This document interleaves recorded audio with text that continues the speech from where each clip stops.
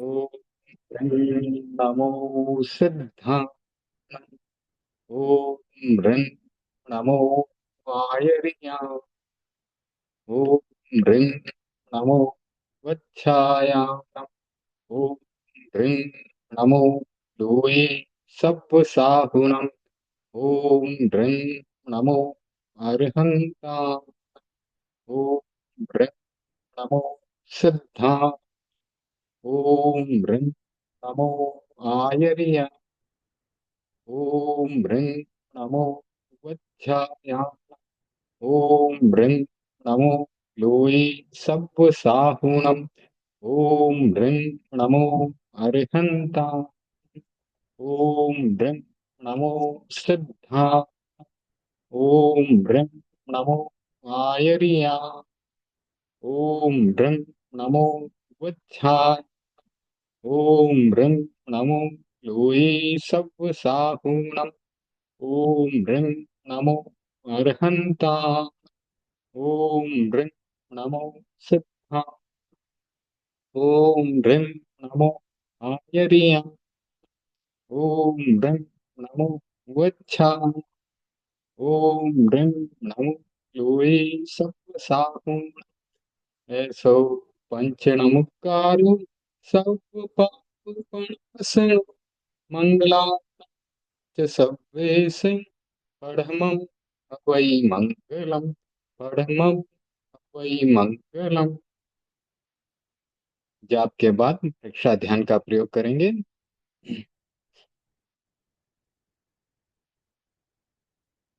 किसी भी आसन का चुनाव करें जिसमें आप स्थिरता से बैठ सकें। वज्रासन, पद्मासन, अर्ध पद्मासन या फिर कोई भी आसन कुर्सी पर भी बैठ करके कर सकते हैं। रीढ़ की हड्डी और गर्दन सीधी रहे। आंखें कोमलता से बंद। हाथ की मुद्रा ज्ञान मुद्रा या वीतराग मुद्रा। शरीर को ढीला छोड़ें। अपने चित्त को एक एक अंग पर लगाएंगे और उसको शिथिल होने का सुझाव देंगे। पहले प्रेक्षा ध्यान का संकल्प करेंगे। मैं चित्त शुद्धि के लिए प्रेक्षा ध्यान का प्रयोग कर रहा हूँ। मैं चित्त शुद्धि के लिए प्रेक्षा ध्यान का प्रयोग कर रहा हूँ। मैं चित्त शुद्धि के लिए प्रेक्षा ध्यान का प्रयोग कर रहा हूँ। अपने ध्यान को दाहिने पैर के अंगूठे पर लगाएं। वहां पर हो रहे स्पंदनों को देखें। कोशिका, रक्त वाहिनी, मांसपेशियां और प्रत्येक अंग को देखकर उसे शिथिल होने का सुझाव दें। मेरा दाहिना पैर का अंगूठा शिथिल हो रहा है। शिथिल हो गया है। दाहिने पैर की अंगुलियां शिथिल हो रही हैं। शिथिल हो गई हैं। दाहिने पैर का पंजा, तलुआ, टखना सब शिथिल हो रहे हैं। शिथिल हो गए हैं। दाहिने पैर की पिंडली, घुटने तक का भाग, पूरा घुटना सब शिथिल हो रहे हैं। शिथिल हो गए हैं। दाहिने पैर का कमर तक का भाग शिथिल हो रहा है। शिथिल हो रहा है। शिथिल हो गया है। अब अपना ध्यान बाएं पैर के अंगूठे पर लगाएं। बाएं पैर का अंगूठा शिथिल हो रहा है। शिथिल हो गया हो रहा है। शिथिल हो गया है। बाएं पैर की अंगुलियां, पंजा, तलुआ, एड़ी और टखना सब शिथिल हो रहे हैं। शिथिल हो गए हैं। बाएं पैर की पिंडली और घुटना शिथिल हो रहे हैं। शिथिल हो रहे हैं। शिथिल हो गए हैं।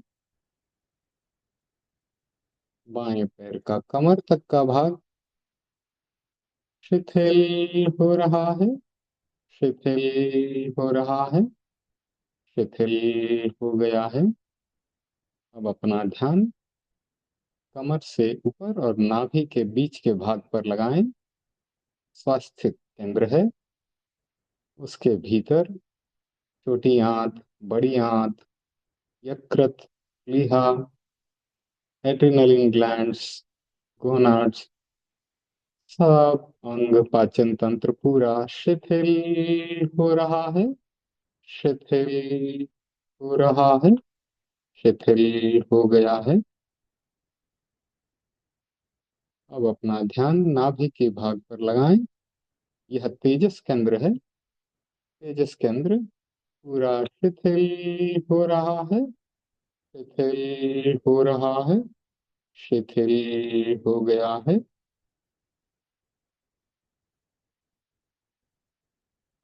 अब तेजस केंद्र के ऊपर के भाग पर ध्यान लगाएं। हृदय, फेफड़े, पसलियां, सब शिथिल हो रहे हैं। शिथिल हो गए हैं। आगे का कंधे तक का भाग पूरा शिथिल हो गया है। अब पीठ के भाग पर ध्यान लगाएंगे। रीढ़ की हड्डी के अंत में शक्ति केंद्र है। वहां पर सारी शक्तियां इकट्ठी होती हैं। शक्ति केंद्र शिथिल हो रहा है। शिथिल हो गया है। शक्ति केंद्र के ऊपर पीठ का पूरा भाग, रीढ़ की हड्डी, स्नायु संस्थान पूरा कंधे तक शिथिल हो रहा है। शिथिल हो रहा है। शिथिल हो गया है। अब अपना ध्यान कंधे के ऊपर गर्दन के भाग पर लगाएं। पूरी गर्दन, जहाँ पर श्वास नलिका, भोजन नलिका, स्वर यंत्र, थायराइड ग्रंथियां, सब शिथिल हो रहे हैं। शिथिल हो गए हैं। गर्दन के ऊपर ठुड्डी का भाग, ठुड्डी, दोनों गाल, दोनों होठ, जीभ, जीभ के ऊपर ब्रह्म केंद्र है। दंत पंक्तियां, तालू तक का भाग शिथिल हो रहा है। शिथिल हो रहा है। शिथिल हो गया है। अब अपना ध्यान नाक के भाग पर लगाएं। दोनों नथुने, नाक का अग्रभाग जहाँ पर प्राण केंद्र है, दोनों कान जहाँ अप्रमाद केंद्र है, दोनों आंखें चक्षुष केंद्र, आंखों के बीच में दर्शन केंद्र, सब शिथिल हो रहे हैं। शिथिल हो रहे हैं। शिथिल हो गए हैं। अब अपना ध्यान ललाट पर लगाएं। ललाट के बीचों बीच ज्योति केंद्र है। ऊपर हाइपोथैलेमस, मस्तिष्क का भाग, लेफ्ट ब्रेन, राइट ब्रेन, चोटी का भाग जहाँ ज्ञान केंद्र है, सब शिथिल हो रहे हैं। शिथिल हो गए हैं। पूरे शहर, पूरे शरीर में गहरी शिथिलता का अनुभव करें। प्रतिमा की भांति अड़ोल, स्टे लाइक ए स्टेच्यू। गहरी शांति और शिथिलता का अनुभव। आत्मा की भिन्नता और शरीर की भिन्नता का अनुभव। आत्मा शरीर के कोने कोने में व्याप्त है और शरीर को देखते देखते आत्मा तक पहुंचने का हम प्रयास करते हैं।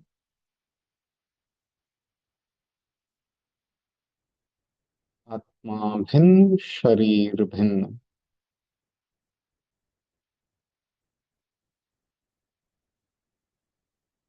गहरी शिथिलता, आत्मा और शरीर की भिन्नता का अनुभव। आत्मा ज्ञाता दृष्टा है, जानती है और देखती है। आत्मा के द्वारा आत्मा को देखने का प्रयास।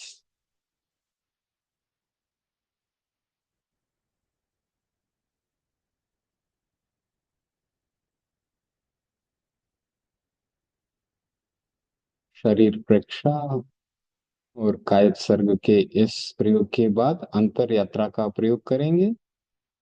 इसमें ज्ञान केंद्र से श्वास लेते हुए रीढ़ की हड्डी से होते हुए रीढ़ की हड्डी के अंतिम भाग पर जाना है। वहां पर शक्ति केंद्र है। वहां से शक्तियों को उठाकर श्वास छोड़ते हुए ऊपर लाना है रीढ़ की हड्डी में से होते हुए, और फिर से चोटी के भाग पर शक्तियों को छोड़ देना है ज्ञान केंद्र पर। इसे शक्तियों का ऊर्ध्वारोहण भी कहते हैं। और जब ध्यान की धारा रीढ़ की हड्डी में से होकर जाती है, सुषुम्ना से होकर प्रवाहित करती है, तो सुषुम्ना के जागरण का यह प्रयोग होता है। योगी लोग इस प्रयोग को दोहराते हैं बहुत समय तक, और यौगिक शक्तियां उन्हें प्राप्त होती है। तो प्रयोग शुरू करेंगे। श्वास लेते हुए ज्ञान केंद्र से रीढ़ की हड्डी में से होते हुए नीचे जाएं। एक तरह से खाली बाल्टी लेके जा रहे हैं। शक्तियों को शक्ति केंद्र पर इकट्ठा करके बाल्टी में भरें। श्वास को छोड़ते हुए ऊपर ले जाएं, बाल्टी को ऊपर ले जाएं, और श्वास छोड़ते हुए ज्ञान केंद्र पर उसे खाली कर दें। सारी शक्तियां ज्ञान केंद्र पर खाली हो गई। प्रयोग को फिर से दोहराएंगे। श्वास लेते हुए खाली बाल्टी रीढ़ की हड्डी से नीचे जा रही है। शक्ति केंद्र पर शक्तियों को भर के ऊपर उठाएं। श्वास छोड़ते हुए ऊपर ले जाएं और ज्ञान केंद्र पर रीढ़ की हड्डी के ऊपर के भाग पर जाकर ज्ञान केंद्र पर चोटी के भाग पर खाली कर दें। फिर से प्रयोग को दोहराएंगे। श्वास भरते हुए रीढ़ की हड्डी में से होते हुए खाली बाल्टी नीचे जा रही है। शक्ति केंद्र पर शक्तियों को भर के श्वास छोड़ते हुए भरी हुई बाल्टी रीढ़ की हड्डी से ऊपर ले जाएंगे और ध्यान केंद्र पर उसे खाली कर देंगे। फिर से श्वास भरते हुए नीचे जाएंगे, खाली बाल्टी नीचे ले जाएंगे रीढ़ की हड्डी से होते हुए शक्ति केंद्र पर शक्तियों को इकट्ठा करके श्वास छोड़ते हुए बाल्टी को ऊपर ले जाएंगे और ज्ञान केंद्र पर उसे खाली कर देंगे। फिर से एक बार प्रयोग को दोहराएंगे। श्वास लेते हुए रीढ़ की हड्डी से नीचे जाना है। रीढ़ की हड्डी के अंतिम भाग पर शक्तियों को इकट्ठा करके बाल्टी में भरें और उसे श्वास छोड़ते हुए ऊपर उठाएं। रीढ़ की हड्डी से होते हुए ऊपर ले जाकर चोटी के भाग पर बाल्टी को खाली कर देंगे। इस प्रयोग को हम कई बार दोहरा सकते हैं। अब अपने ध्यान को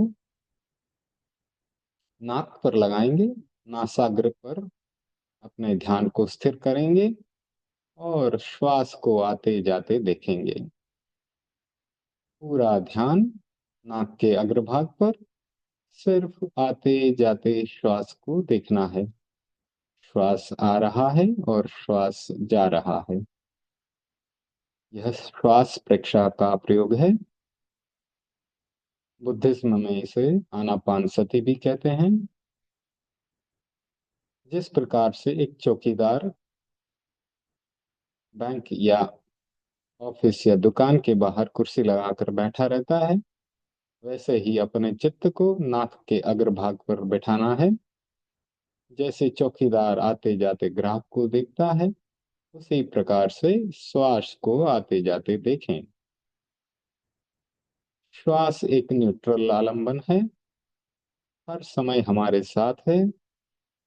इसलिए श्वास का आलंबन ध्यान में लिया जाता है। श्वास के प्रति हमारा कोई राग नहीं, कोई द्वेष नहीं। इसलिए श्वास को देखते हुए हम राग द्वेष से मुक्त रहते हैं। हमारा प्रेजेंट मोमेंट श्वास को देख रहा है और हम राग द्वेष से मुक्त हैं।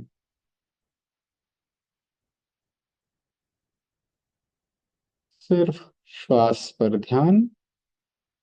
श्वास आ रहा है, श्वास जा रहा है। पूरा ध्यान श्वास पर लगा रहे।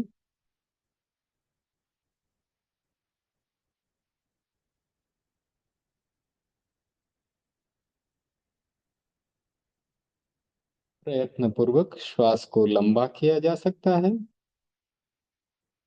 बताया जाता है कि आयुष्य में श्वास की गिनती है। इतने दिनों की श्वास या इतनी गिनती का श्वास लिखा हुआ है आयुष्य में। इसलिए अगर प्रयत्न पूर्वक श्वास को लंबा किया गया तो आयुष्य भी लंबा हो सकता है। दीर्घ श्वास के प्रयोग के साथ एक और कारण है। जब जब हम लंबा श्वास लेते हैं तो आवेगों और संवेगों से दूर रहते हैं। आपने देखा होगा, जब क्रोध आता है तो व्यक्ति की श्वास तेज चलने लगती है।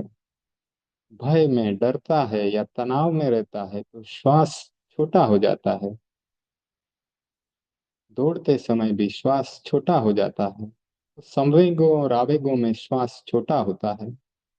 जब जब हम लंबे श्वास का प्रयोग करते हैं, हम क्रोध मान माया लोभ से दूर रहते हैं। इसलिए लंबे श्वास का प्रयोग किया जाता है। लंबा श्वास आ रहा है, लंबा श्वास जा रहा है। पूरा ध्यान श्वास के ऊपर रहे।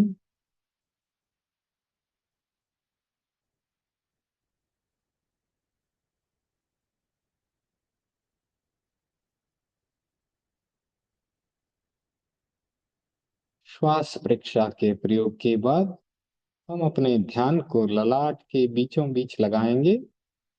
ललाट के बीचों बीच ज्योति केंद्र है, जहाँ पर तिलक किया जाता है या बिंदिया लगाई जाती है। उसी बिंदु पर, उसी स्थान पर ध्यान करेंगे।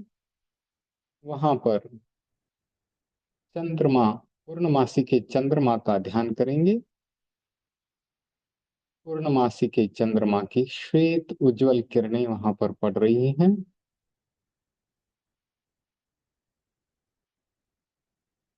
हमारे चारों तरफ फैल रही हैं।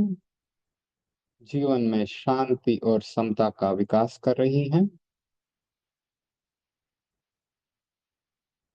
शरद पूर्णिमा का बड़ा चांद, उसकी श्वेत निर्मल उज्जवल किरणें हमारे चारों तरफ फैल रही हैं। श्वास के साथ भीतर जा रही हैं, श्वास के साथ बाहर आ रही हैं। हमारे जीवन में निर्मलता, सरलता, सहिष्णुता, समता और शांति का विकास कर रही हैं।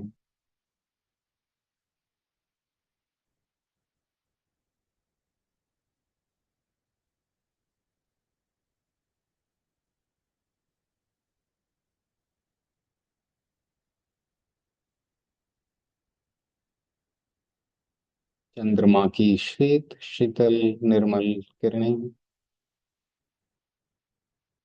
चमकती हुई शुभ्र किरणें ललाट के बीचों बीच अपना ध्यान रहे भीतर तक प्रवेश कर रही हैं। श्वेत रंग की किरणें शांति, समता, सहिष्णुता, सरलता का विकास कर रही हैं। शुक्ल लिश्या शुक्ल ध्यान के प्रयोग के लिए हम इस श्वेत रंग का ध्यान करते हैं।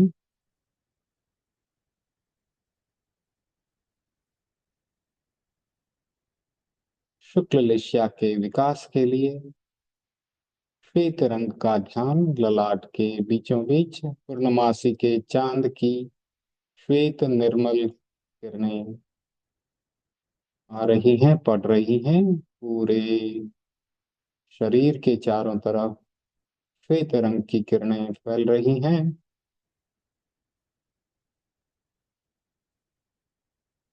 हमारे जीवन में समता, शांति, सरलता, सहिष्णुता का विकास कर रही हैं। सिर्फ श्वेत रंग की रोशनी का ध्यान।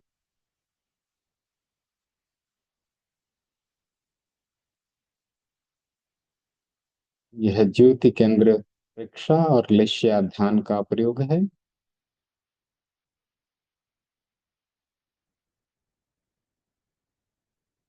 संपिक्खये अपग मप्पयेणं। स्वयं स्वयं को देखें, आत्मा से आत्मा को देखें। आत्मा का लक्षण है ज्ञाता दृष्टा भाव, जानना और देखना। इसीलिए बताया जाता है आत्मा से अपने आप को देखना है, स्वयं स्वयं को देखना है। संपिक्खयि अपग मप्पयेणं।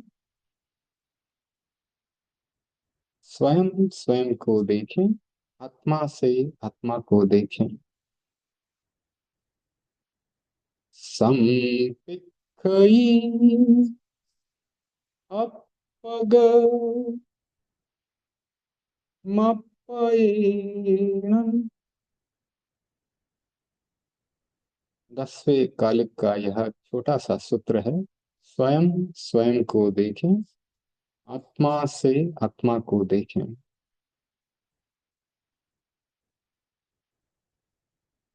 आहम सुविद्या चरणम प्रमुखम।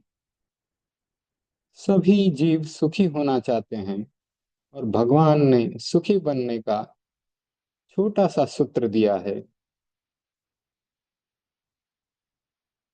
दुख मुक्ति के लिए विद्या और आचार का अनुशीलन करें। विद्या यानी ज्ञान प्राप्ति, सम्यक ज्ञान की प्राप्ति करें और उसके ऊपर आचरण करें। छोटा सा सूत्र लेकिन बहुत ही पावरफुल सूत्र है। आहम सुविद्या चरणम प्रमुखम। दुख मुक्ति के लिए विद्या और आचार का अनुशीलन करें। आहम सुविद्या चरणम प्रमुखम। दुख मुक्ति के लिए विद्या और आचार का अनुशीलन करें।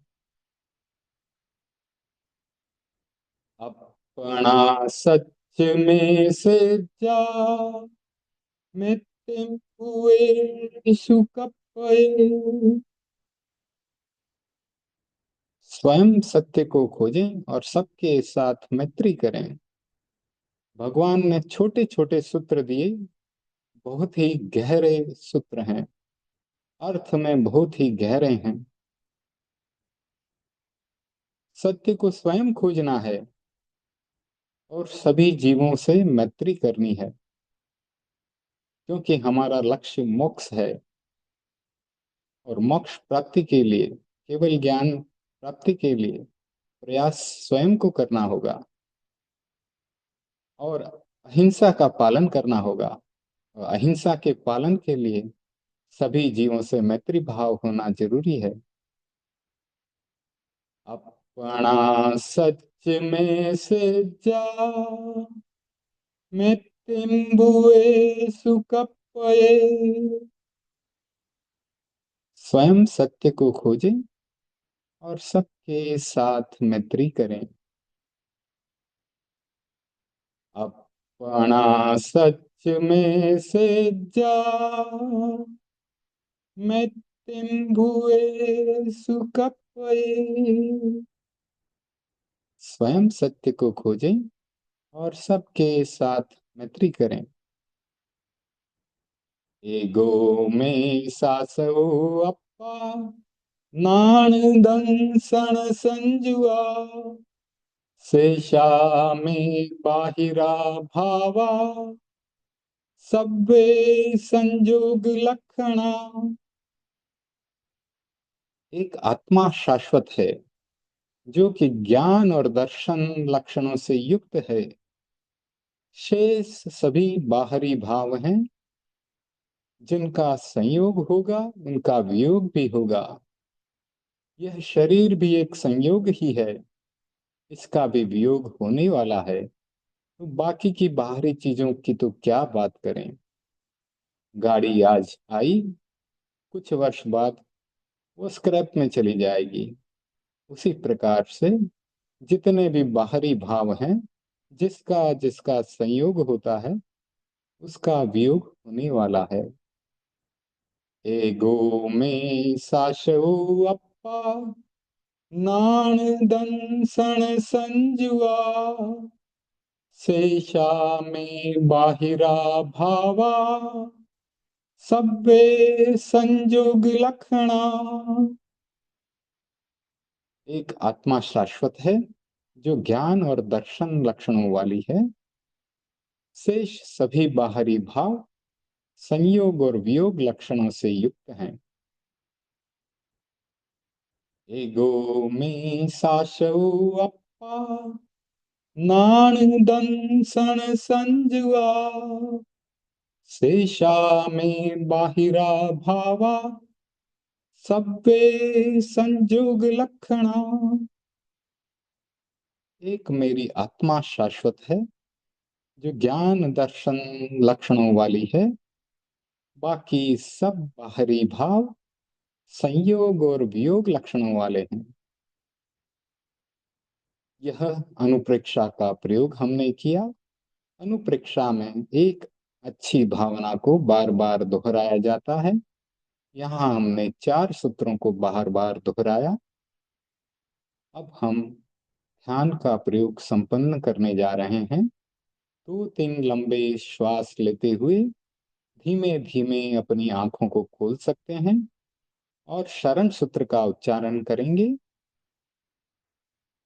अर्हन्ते शरणं पवच्चामि, सिद्धे शरणं पवच्चामि, साहू शरणं पवच्चामि, केवलीपनत्तं धम्मं शरणं पवच्चामि, अर्हन्ते शरणं पवच्चामि, सिद्धे शरणं पवच्चामि, साहू शरणं पवच्चामि, केवलीपनत्तं धम्मं शरणं पवच्चामि, अर्हन्ते शरणं पवच्चामि, सिद्धे शरणं पवच्चामि, केवली साहू शरणं पवच्चामि, केवलीपनत्तं धम्मं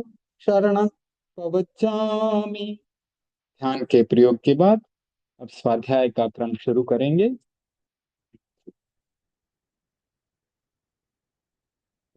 स्वाध्याय में कल्याण मंदिर स्तोत्र और भक्तामर का स्वाध्याय चल रहा था। कल्याण मंदिर के 35वें श्लोक का अध्ययन हम कर रहे थे। एक मिनट।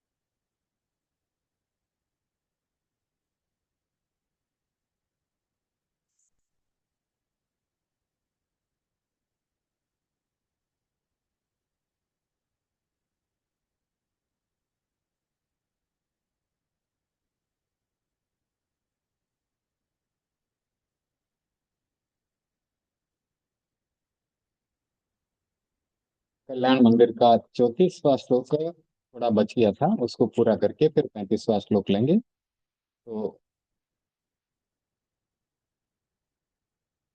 34वें श्लोक में बताया जा रहा है कि केवल बाह्य उपचार से आप महावीर और राम नहीं बन सकते। अगर राम और महावीर बनना है तो पहले उनके साथ तादात्म्य स्थापित करना है। तो ये भी हो गया था।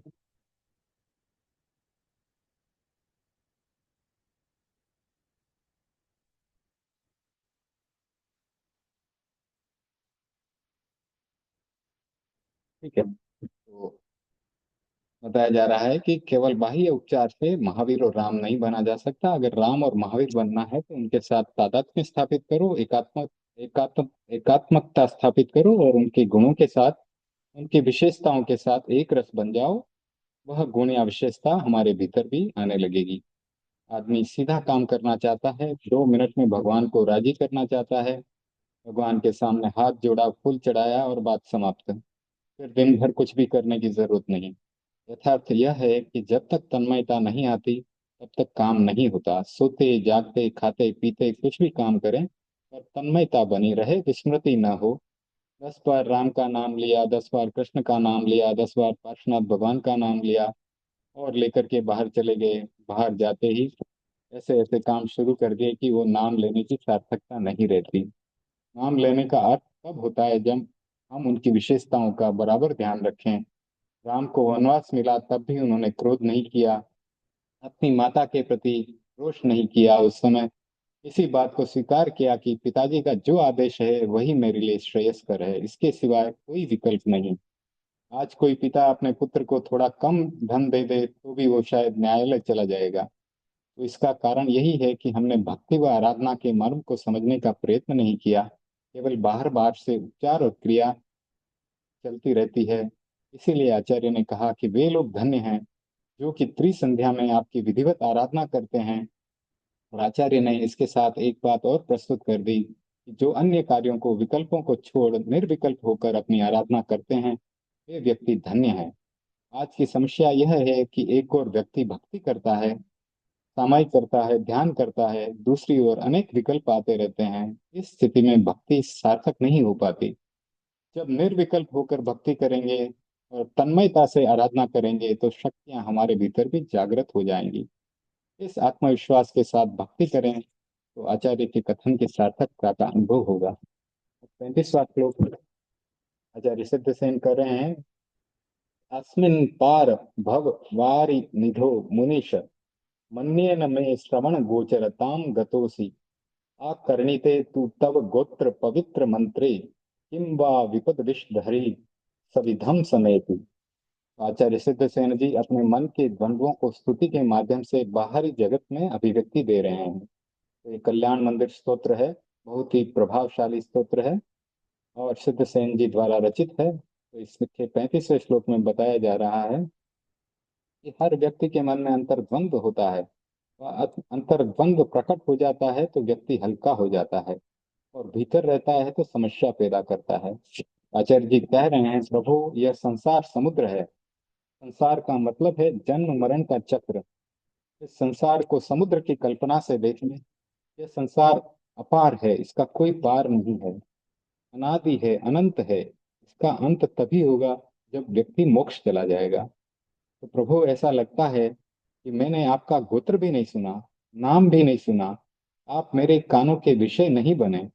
इसीलिए जीवन में विपदाएं और संकट आए हैं। क्योंकि मोक्ष में तो सब सुख ही सुख हैं, और जब तक हम मोक्ष प्राप्त नहीं करेंगे तो कोई न कोई दुख तो लगा ही रहता है। सब प्रकार के सुख भी मिल जाएं लेकिन मानसिक दुख भी लगा रहता है। कहते हैं कि देवताओं के भी मानसिक दुख होता है।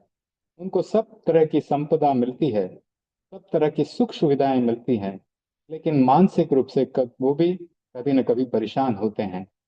उनके वहां पे भी कभी अपने घर का कोई सामान कोई दूसरा देव चोरी करके लेके चला गया, कभी कोई रत्न चुरा करके लेके चला गया। तो इस प्रकार की वहां पे भी घटनाएं घटित होती है। तो आचार्य जी कह रहे हैं, अगर मैं आपका नाम पहले सुन लेता, आपके बारे में कुछ जान लेता, आपके निकट आ जाता, तो मेरे जीवन में कोई विपदा ही नहीं आती। अगर आपके गोत्र का पवित्र मंत्र पहले सुना होता तो यह विपदा रूपी सर्पणी निकट ही नहीं आती। भगवान महावीर नागवंशीय क्षत्रिय थे। भगवान पार्थ का गोत्र भी नागवंश है। नागवंशीय होने के कारण उनका नाग जाति से संपर्क रहा है। बाद में धर्मेंद्र और पद्मावती का निमित्त भी मिल गया। आपको पार्श्वनाथ भगवान की घटना तो पता ही है कि उन्होंने नाग नागिनी के जोड़े को बचाया था, जो कि आग में जल रहे थे। तो वे बाद में चल करके धर्मेंद्र और पद्मावती बने। उनका निमित्त मिल गया भगवान पार्श को। पार्श्वनाथ भगवान की प्रतिमा में फण सहित नाग भी उनके ऊपर दिखाया जाता है। गोत्र का अर्थ है नाम। आपके गोत्र का पवित्र मंत्र नाग दमनी मंत्र है। भगवान की प्रशंसा में क्या क्या लिख रहे हैं आचार्य सिद्धसेन जी, उसका विस्तार से हम वर्णन सुन रहे हैं। नाग दमनी जड़ी भी होती है, जिसका आचार्य मान तुंग जी ने भक्तामर स्तोत्र में उल्लेख किया है। हमारा ये तुलनात्मक अध्ययन भी चल रहा है भक्तामर के साथ कल्याण मंदिर स्तोत्र का। तो आपने देखा कि यहाँ पर भी नागदमनी जड़ी का जो है आचार्य सिद्धसेन ने वर्णन किया है।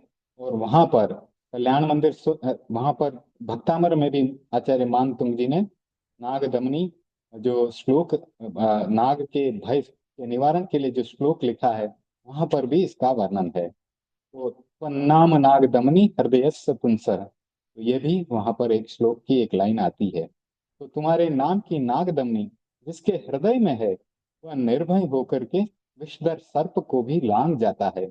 नाग दमनी जड़ी को आचार्य श्री महाप्रज्ञ जी लिख रहे हैं कि नाग दमनी जड़ी को उन्होंने देखा है। ऐसा लगता है कि जैसे कोई सांप का बच्चा है, यानी उस जड़ी का जो रूप रंग होता है वो सांप के बच्चे जैसा उसका आकार होता है। तो आचार्य सिद्धसेन जी कह रहे हैं, प्रभु मैंने आपके नाम को नहीं सुना, नहीं सुन सका, क्योंकि इतना बड़ा संसार है। इस संसार में भ्रमण करते करते आपके निकट आने का मौका भी नहीं मिला, कभी समसरण के में जाने का मौका नहीं मिला, ऐसा कह रहे हैं। क्योंकि इस काल में इस पांचवें आरय में तो तीर्थंकर भगवान धरती पर हमारे भरत क्षेत्र में नहीं है, तो हम उनके संवत्सरण में नहीं जा सकते। बताया जाता है कि श्री सिमंदर भगवान आदि 20 विहरमान जो है पंच महाविद्य क्षेत्र में विचरण करते हैं, लेकिन हमारे में इतनी शक्ति नहीं है और कोई देवता भी हमारा मित्र नहीं है जो कि हमें वहां ले जाकर के उनके दर्शन करा सके। तो प्रस्तुत श्लोक में श्रवण का महत्व बतलाया गया है। श्रवण दो प्रकार का होता है, अपूर्ण श्रवण और सर्वांग पूर्ण श्रवण। सुनना और जानना एक असाधारण बात है। कान का काम है सुनना। एक छोटा बच्चा भी सुनना जानता है।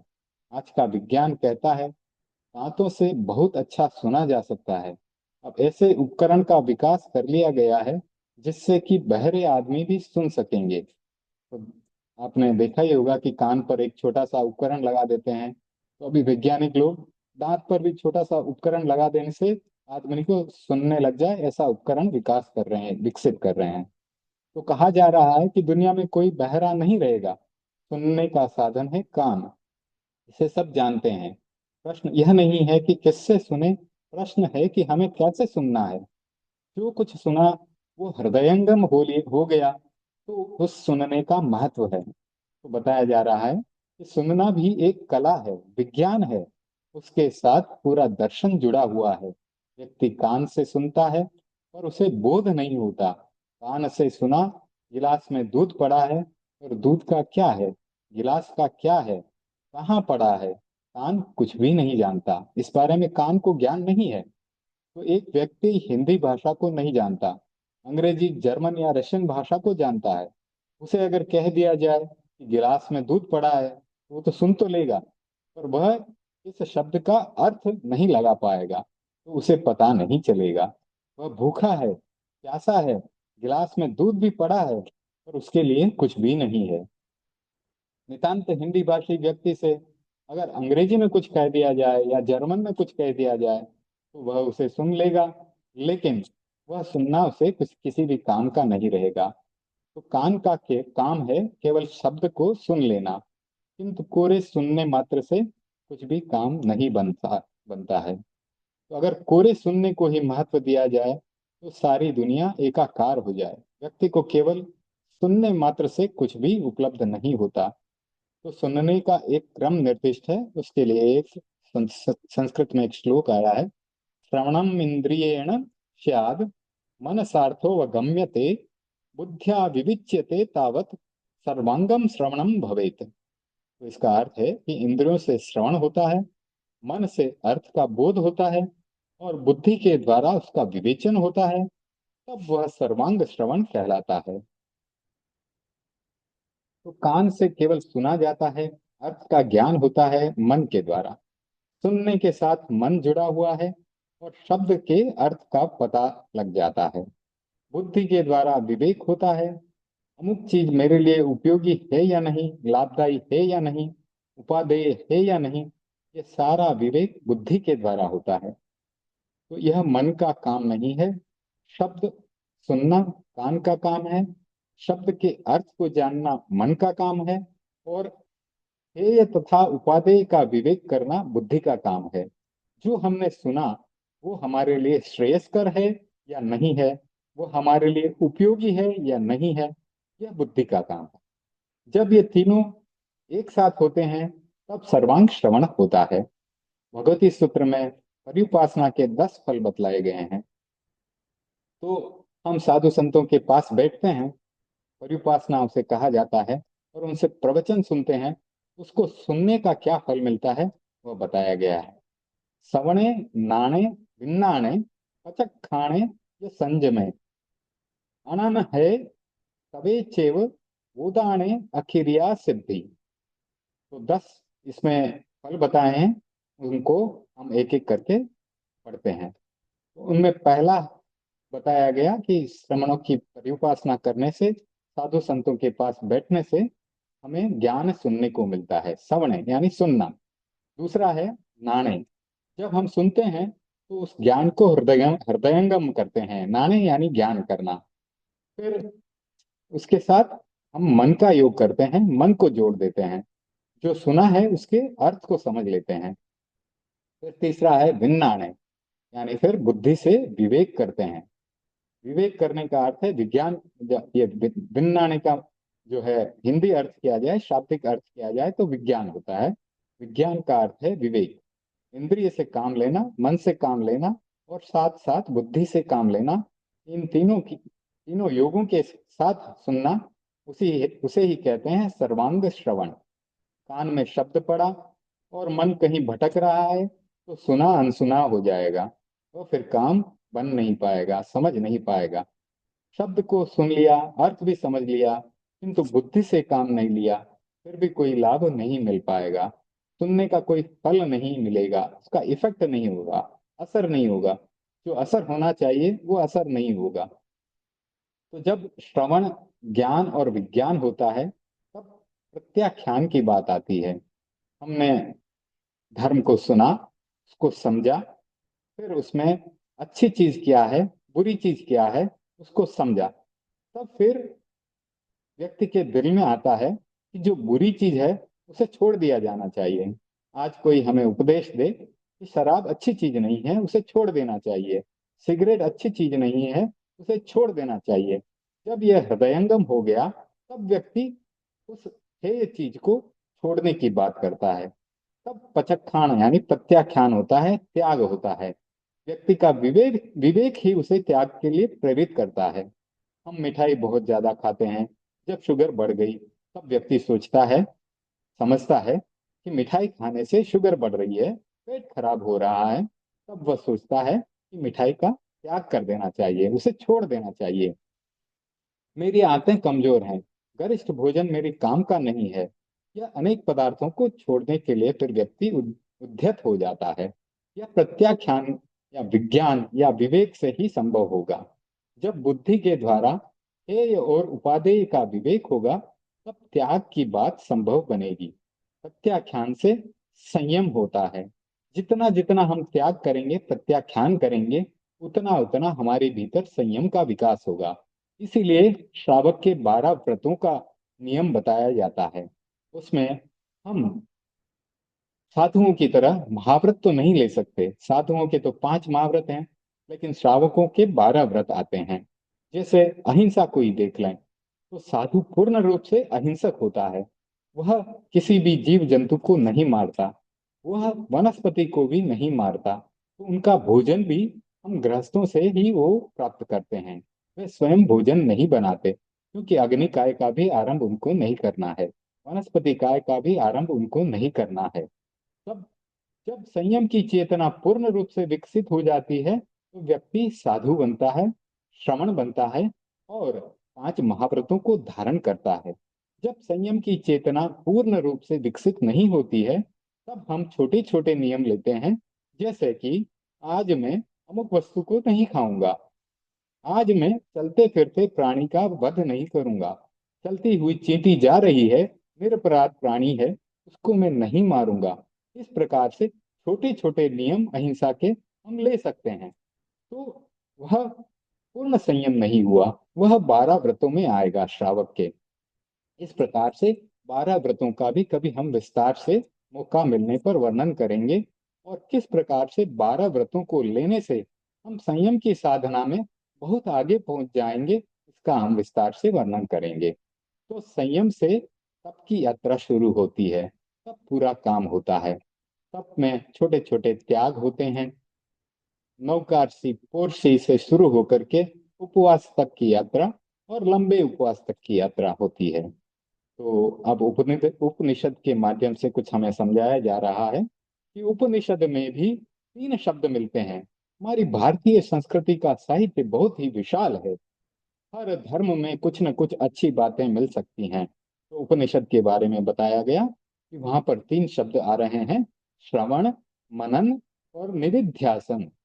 तो सुनना, मनन के द्वारा उस पर मन के द्वारा उस पर मनन करना, और निधिध्यासन यानी कि विवेक करना, अनुशीलन करना। आज एक बहुत बड़ा प्रश्न है, बहुत लोग सुनते हैं पर पूरा ज्ञान नहीं होता। इतने लोग धर्म को सुनते हैं, फिर भी उसका आचरण नहीं कर पाते। इसका कारण है कि कैसे सुनना चाहिए इस तथ्य का बोध नहीं होता। सुनने का अर्थ कान का उपयोग करना मात्र रह गया है। ज्यादा से ज्यादा सुनना और मन का थोड़ा सा उपयोग करना, यह श्रवण की निष्फलता है। जो भी सुना वह विफल हो गया। कहा भी जाता है, व्याख्यान में गए, अपने आसन को बिछाया, बैठ करके 1 घंटा सुन लिया, और सुनने के बाद जब उठे तो उस आसन को झटक करके उसकी धूल झाड़ी, और उस व्याख्यान को भी वहीं पर झाड़ दिया। ऐसा भी उदाहरण सुनने को आता है। आगे बढ़ते हैं। एलोपैथिक दवा का कोर्स जब तक पूरा नहीं लिया जाता, तब तक बीमारी नहीं मिटती है। मलेरिया बुखार में बताया जाता है कि रिसोचिन की 10 गोलियों का कोर्स बताया गया है। 5 गोलियां ली, बुखार तो मिट गया। दवा लेना बंद कर दिया तो परिणाम क्या होगा? बुखार वापस आ जाएगा, रिवर्स एक्शन हो जाएगा, क्योंकि कोर्स पूरा नहीं किया। पूरे कोर्स के बिना बुखार जड़ से खत्म नहीं होता, दवा अर्थहीन बन जाती है। अधूरा कोर्स जो है सर्वथा अप्रभावी हो जाता है। तो कोरा सुनना एक प्रकार से अधूरा कोर्स है। जब तक श्रवण का पूरा कोर्स नहीं होता, तब तक उसका मन पर कोई प्रभाव नहीं होता। सुनने का पूरा कोर्स है श्रवण, श्रवण के बाद मनन, मनन और चिंतन के बाद बुद्धि के द्वारा उसका पूरा विवेचन, और विवेचन के बाद फिर आता है कि जो अच्छा है उसे ग्रहण करना है, जो बुरा है उसको त्याग देना है। उसी त्याग को प्रत्याख्यान कहा गया। और जब हम कोई त्याग करते हैं तो हमारे संयम होता है। छोटे छोटे व्रतों से छोटा छोटा संयम होता है। और जब संयम होता है, जैसे नौकार्सी कर ली, यानी कि सूर्योदय के बाद 48 मिनट तक कुछ भी नहीं खाना है, तो वह एक छोटा सा तप हो गया। और ये इस प्रकार का छोटा सा तप तो हम सोते सोते ही कर लेते हैं। कई बार तो व्यक्ति सूर्योदय के बाद 48 मिनट के बाद तो क्या 1 1 घंटा 2 2 घंटा भी नहीं उठता। तो वो तप तप जो है उसका सहज रूप से हो सकता है। खाली हमको रात को सोते समय निश्चय करना है कि मुझे सूर्योदय के 48 मिनट तक खाना पीना बंद करना है, मुझे खाने पीने का त्याग है। तब संयम हो जाएगा और तप भी हो जाएगा। इस प्रकार से नौकारसी अपनी पूर्ण हो जाएगी। आपको पता होगा, राजा श्रेणिक के ऐसे अंतराय कर्म का उदय था, ऐसे कर्मों का उदय था कि वह नौकारसी जैसा छोटा तप भी नहीं कर सकता था। इतना बड़ा श्रावक, भगवान महावीर का इतना बड़ा भक्त, लेकिन वह नौकार नौकार से तक नहीं कर पाता था। तो यह भी एक क्षयोक्षम होता है। तो हमें भी प्रयास पूर्वक छोटे छोटे तप हमें करने चाहिए। तब अब यहाँ बताया गया कि विवेचन के बाद प्रत्याख्यान, फिर संयम और फिर तप, यह जो है पूरा कोर्स है। तो यह सुनने का पूरा कोर्स हो जाता है। अब प्रश्न हो सकता है कि सुनने की प्रक्रिया क्या है।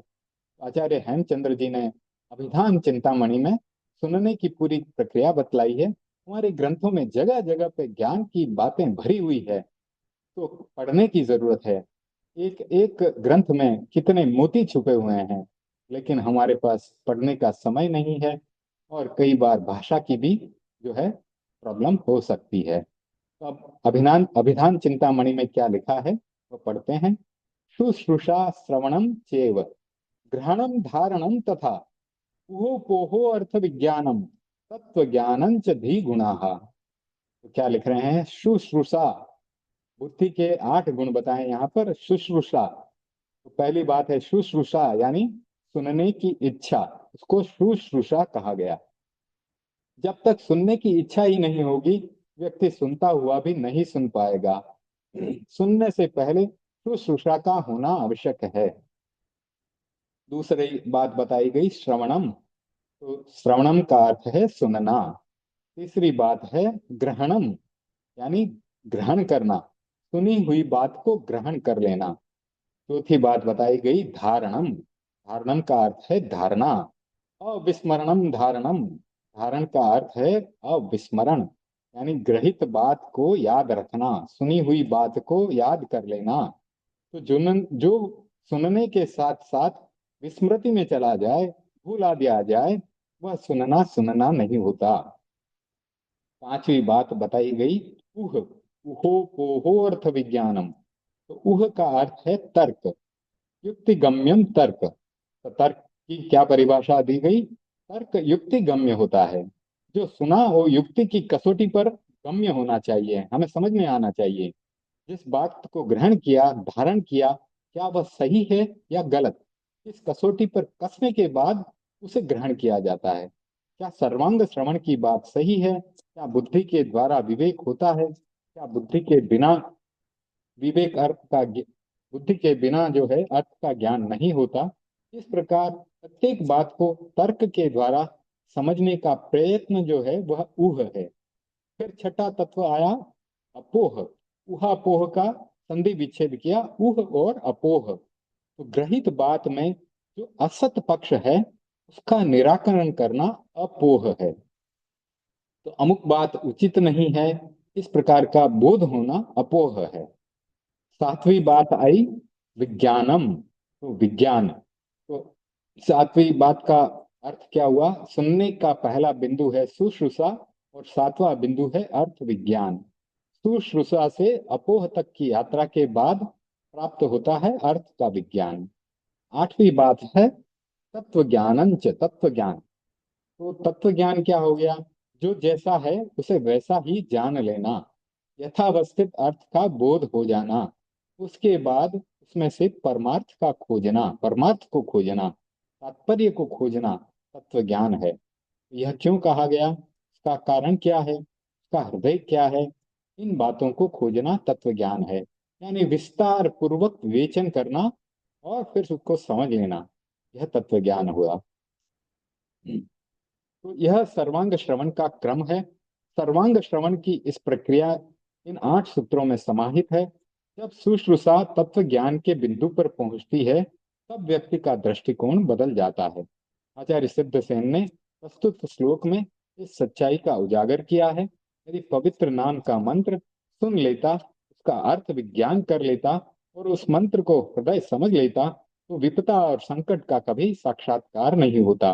विपदा से मुक्ति का सूत्र है पवित्र मंत्र का श्रवण और हृदय में उसकी प्रतिष्ठा करना। पवित्र मंत्र के हृदयाधिष्ठित होते ही समस्याएं विलीन हो जाती हैं। पवित्र मंत्र को हृदय में धारण कर लो, भगवान को हृदय में धारण कर लो, तो सभी विपदाओं से हम दूर हो जाएंगे।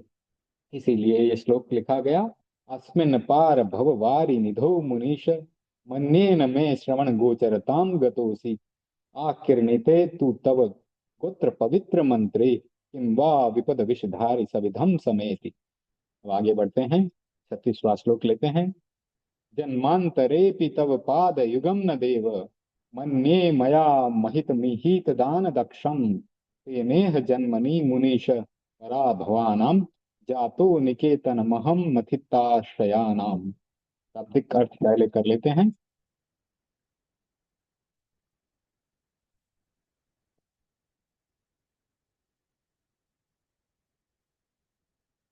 बताया गया, हे देव, जन्मांतरे तव पाद युगम न देव, हे देव, मैं मानता हूं कि मैंने अभिष्ट फल प्रदान करने में समर्थ तुम्हारे चरण युगल की जन्मांतर में भी पूजा नहीं की। हे मुनीश, इसलिए इस जन्म में मैं चित्त को व्यथित करने वाले उपद्रवों का निकेतन बन गया हूँ। तो अगर मैंने आपके चरण युगल की पूजा कर ली होती तो मुझे ये कोई दुख नहीं आते। प्रभु, जन्मांतरों में भी मैंने आपके चरणों की उपासना नहीं की, पूजा नहीं की। अगर मैं किसी जन्म में आपके चरणों की उपासना आराधना कर लेता तो शायद इच्छित फल प्राप्त हो जाता।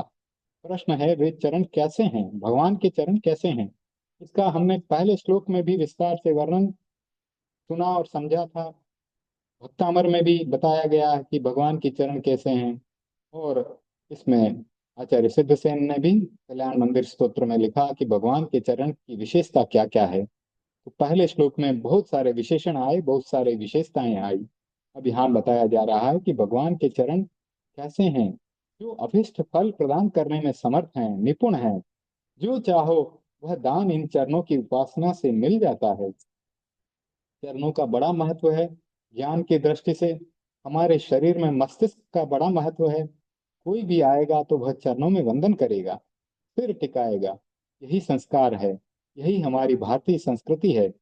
इस संस्कार की सार्थकता भी है, क्योंकि भगवान के चरणों से जो ऊर्जा निकलती है, साधु संतों के चरणों से जो ऊर्जा निकलती है, जिसने साधना के द्वारा चरणों को पवित्र कर लिया है, उसकी ऊर्जा सिर पर टिकती है तो शिष्य का कल्याण होने के साथ साथ बहुत सारी समस्याओं का समाधान भी हो जाता है। तो आचार्य मान तुंग जी ने भी आदिनाथ की स्तुति के प्रारंभिक 2 श्लोकों में ऋषभ के चरण युगल को ही प्रणाम किया है।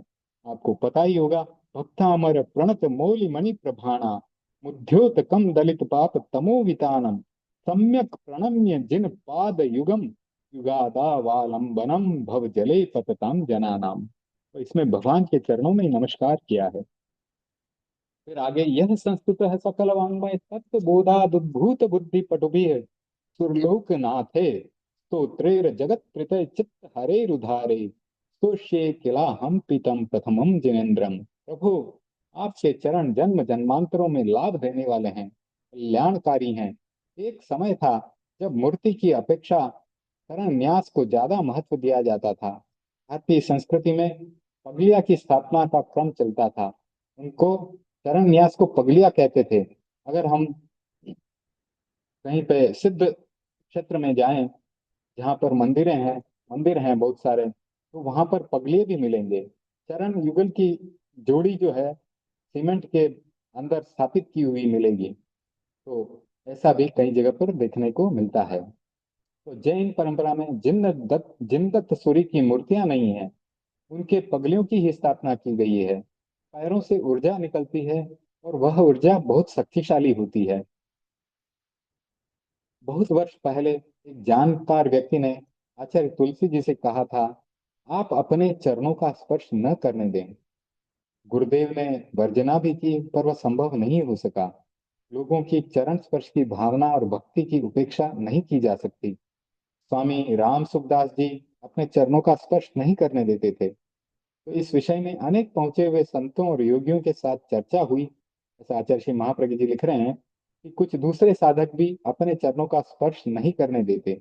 यह मत रहा है कि साधना से ऊर्जा संचित होती है और चरण स्पर्श से वह कम हो जाती है, क्योंकि वह ऊर्जा जो व्यक्ति अपने मस्तक को चरणों में लगाता है उसके पास चली जाती है। तो आचार्य श्री महाप्रज्ञ जी को भी बहुत लोगों ने कहा, आप चरण स्पर्श बंद कर दें। कई बार प्रयत्न भी किया गया पर नहीं हो सका। किंतु 90वें जन्म दिवस के उपलक्ष्य में आचार्य श्री महाप्रज्ञ जी ने फिर चरण स्पर्श के बारे में मनाही कर दी। लेकिन आचार्य श्री महाश्रवण जी का चरण स्पर्श करने का उन्होंने खुलावट दे दी। तो प्रभु, वर्तमान जन्म में मैं पराभवों का निकेतन बन रहा हूँ। उपद्रव मुझे पराभूत कर रहे हैं। अभिभूत करने वाले उपद्रव इसीलिए आते हैं कि मैंने आपके चरणों की उपासना नहीं की। अगर मैंने पहले आपके चरणों की उपासना कर ली होती तो ये उपद्रव कभी नहीं आते, मुझे कभी नहीं सताते। व्यक्ति के जीवन में समस्याएं आती हैं, उपद्रव आते हैं, यह तो प्रकृति का नियम है। किसी भी ज्योतिर्विद को, ज्योतिषाचार्य को जन्म कुंडली दिखाओ, वह भविष्यवाणी करता है अमुक समय में अमुक ग्रह का योग आएगा और ये समस्याएं आएंगी। बताया जाता है कि अभी 29 मार्च को भी जो है शनि का प्रवेश एक मीन राशि में हो रहा है, और उसके साथ कह रहे हैं कि 6 ग्रह एक साथ लाइन में आए हैं तो युग परिवर्तन होगा। तो ये ज्योतिष विज्ञान है, और वह भी अपनी अपनी भविष्यवाणियां करते हैं। तो दुनिया में शायद ही कोई ऐसा व्यक्ति हो जो जन्म से लेकर मृत्यु तक ग्रहों की पीड़ा को न भोगता हो या अन्य बाहरी समस्याओं से न जूझता हो। समय समय पर सबके सामने समस्याएं आती रहती है। जैन समाज के मूर्धन्य विद्वान संत हैं आचार्य विद्यानंद जी। आपने नाम सुना होगा आचार्य विद्यानंद जी का। वे ज्ञान संपन्न हैं, स्वाध्यायशील हैं, उनका ज्योतिष में पूरा विश्वास है। जब नया वर्ष शुरू होने लगता है उससे पहले ही वे दक्षिण भारत के अच्छे अच्छे ज्योतिषियों को बुला लेते हैं और वे पूरे वर्ष का फल निकाल लेते हैं। उन्होंने कहा, ज्योतिष के अनुसार जो समय ठीक नहीं लगता उस समय में प्रवचन नहीं करता, स्वाध्याय और ध्यान में लग जाता हूँ, मौन साधना करता हूँ, बाहर का संपर्क भी कम कर देता हूँ। तो समस्याएं हर व्यक्ति के जीवन में आ सकती हैं, उतार चढ़ाव भी आते हैं, किंतु साथ में समाधान भी है। ऐसा नहीं है कि समस्या हो और समाधान न हो। बीमारी है तो उसके समाधान के लिए औषधि ली जाती है। किसी महापुरुष का संपर्क मिल जाए, उसकी उपासना का मौका मिल जाए तो समाधान हमारी समस्याओं का हो सकता है। पुष्कर के पास एक बाबा जी हैं, बड़े साधक आदमी हैं। आचार्य श्री महाप्रज्ञ जी कह रहे हैं कि वे हमारे पास अनेक बार आते हैं, और उन्होंने देखा है कि वे चरणों की उपासना में ज्यादा विश्वास करते हैं। वे मूर्ति की उपासना नहीं करते, चरणों की उपासना करते हैं। कहते हैं कि उनके पास आचार्य श्री महाप्रज्ञ जी का भी फोटो रहेगा तो सिर्फ चरणों का रहेगा, आकृति का नहीं। उसमें वे ज्यादा लीन रहते हैं, उससे उनको अच्छी ऊर्जा मिलती है। तो ऊर्जा दोनों प्रकार की होती है, नेगेटिव और पॉजिटिव। प्रकंपन भी दोनों प्रकार के हो सकते हैं।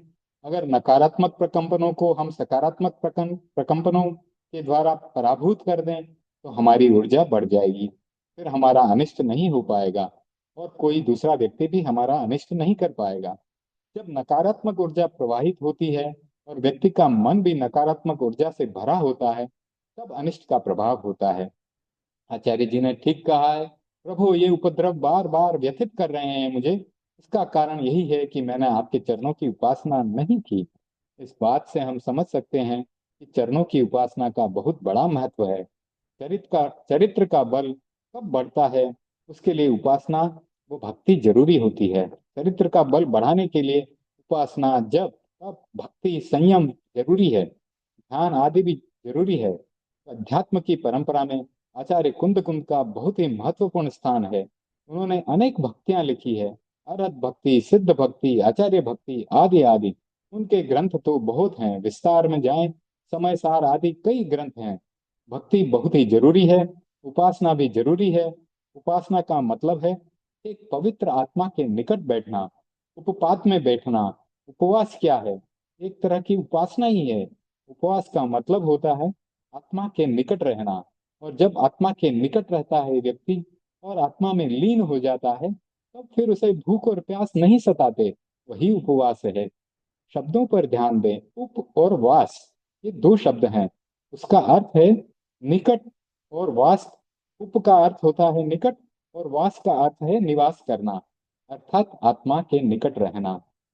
उपवास वही होता है जिसमें हम आत्मा के निकट रहें। यह नहीं कि उपवास कर लिया, त्याग कर लिया और दिन भर अवैध कार्य में लगे रहे, लड़ाई झगड़ा करते रहे, वह फिर उपवास नहीं होता, लंघन हो जाता है। एक होता है लंघन और एक होता है उपवास। नहीं खाया तो लंघन हो गया, पर उपवास नहीं हुआ। उपवास करने की प्राचीन विधि ऐसी रहती थी कि जब श्रावक उपवास करते तब पोषदशाला में जाकर बैठ जाते, एकांत में बैठकर स्वाध्याय करते, पूरा दिन स्वाध्याय और ध्यान में लगाते, आत्मलीन रहते। आत्मा के निकट रहना ही उपवास है। आज भी हम संवत्सरी या कोई विशेष पर्व के अवसर पर सारा काम संसार का छोड़ करके उपवास के साथ औषध लेते हैं और पूरा दिन स्वाध्याय और ध्यान में लगाते हैं। वह सही अर्थों में उपवास कहा जाएगा।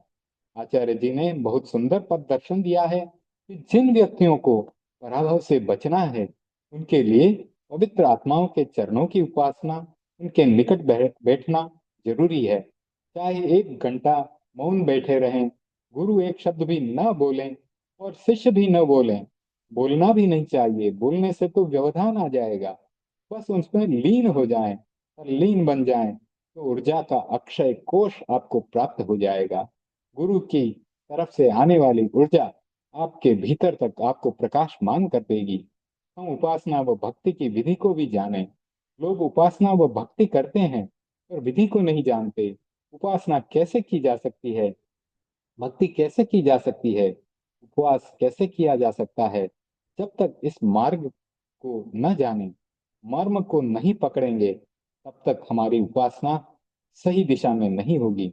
जब तक श्री कृष्ण ने भीम को दुर्योधन की मृत्यु का रहस्य नहीं बताया, तब तक भीम दुर्योधन का कुछ भी नहीं बिगाड़ पाया। जब उसे रहस्य का पता चल गया कि अमुक स्थान पर प्रहार करने से दुर्योधन शक्तिहीन हो जाएगा, तब भीम दुर्योधन को पराभूत करने में सफल बन गया। हमारे 8 कर्म लगे हुए हैं और उन 8 कर्मों के बारे में हम जानकारी प्राप्त कर उनके मर्म स्थानों को नहीं भेदेंगे, तब तक हमारा मोक्ष दूर ही रहेगा। तो हमें समझना है कि उपासना की क्या प्रक्रिया है, किस प्रकार हम 8 कर्मों को हल्का कर सकते हैं।